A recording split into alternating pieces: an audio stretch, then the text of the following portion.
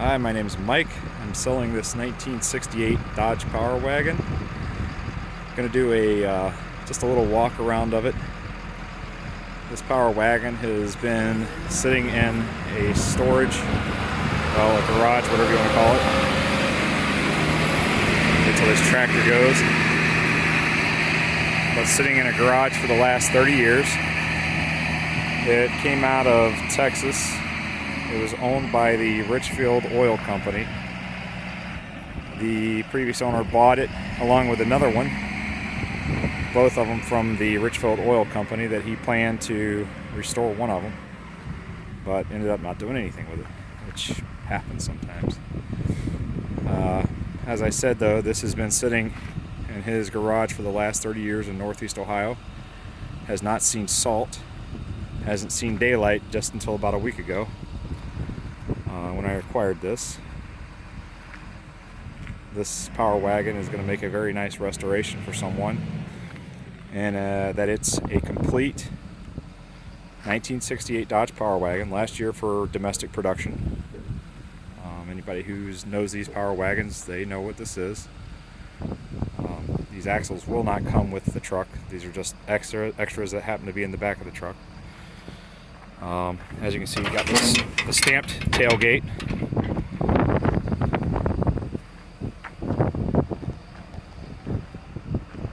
Equipped with worn locking hubs.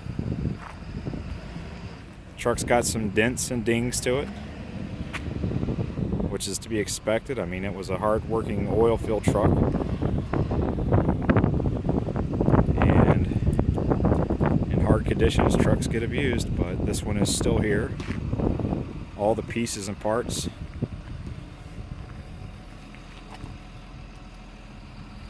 Go inside the cab now. If you want to look around here, we're going to look at the fenders and spots that tend to rust. Right here where the running boards are. Go up. These fenders are extremely solid.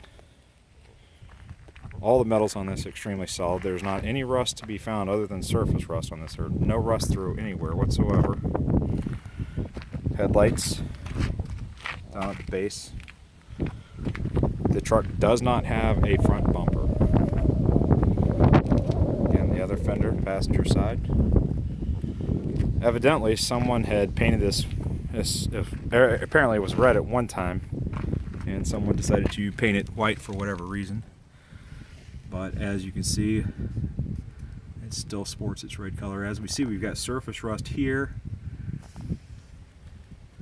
and along here, but again, it's all surface rust. No rust through anywhere on this thing. It's solid as a rock.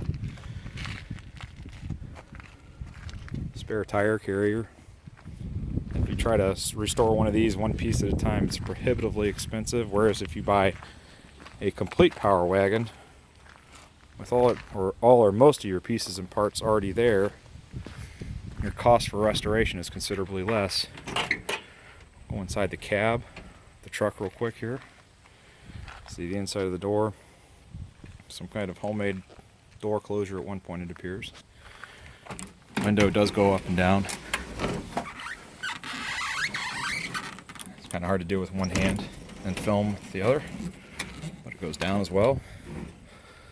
Here's the interior of the truck. The way the sun's shining on this thing today makes it really kind of difficult to catch a good picture, but overall we'll try to get down here so you can see how clean the interior of this truck is, other than not sweeping it out from being in storage for the last 30 years. Here we have some sort of homemade hole cut in this, and what that does is that accesses the master cylinder down here for the brakes. And you can see how clean the interior of the floor is here in this thing. Super clean. Have a rifle rack in the back of this. Still has the original headliner, which I don't know if I'm able to capture. There we go. Original sun visors. Rear view mirror. Don't know if that's original or not. Try to get a better seat in here. Mileage on the truck is 27,393, likely very hard miles. All gauges are present. Cannot verify whether they work or not. Have not tried to crank the truck. The engine does turn over freely. Your heater looks to be original. Your tags on the glove box. Padded dash, which I believe was something in the later years. And there, of course, is your window crank, which does not work. Rear view mirror, I do not know if that came original with the truck or if it was an add-on. Again, here's your headliner.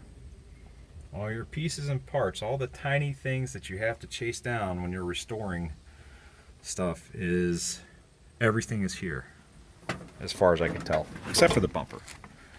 Go to the other side. Get sick here. I realize I'm walking a little fast. Now here's the other side here real quick. Again, the floor. See, it's very clean, no rust through anywhere. Door latches, everything works. Again, truck was red. The seals that go here are gone, rain seals or whatever those little things are called that keep the rain from coming off, so that will have to be addressed at some point if you choose to restore the truck. But the doors, as you can see, are completely solid. There's no rust in here whatsoever. Door closes nicely. Window goes up and down on the passenger as well. Now, I'm going to try to do something here real quick. Go underneath the truck so we can get a good picture of what we're looking at. I realize this is a long video, but anybody who really is interested in this truck will watch it. Apparently, there's some sort of additional bracing given to the frame by the Richfield Oil Company. Again, these trucks were used rather hard, and appears to me that they made some sort of preventative maintenance gesture here by bolstering the frame up a little bit. Running boards, as you can see, are solid, surface rust. All of your brackets for the running boards are accounted present for. Going underneath the truck, you can still see the wood bed here. The fuel tank is there. Again, surface rust. And we have not one, but two brake boosters tied together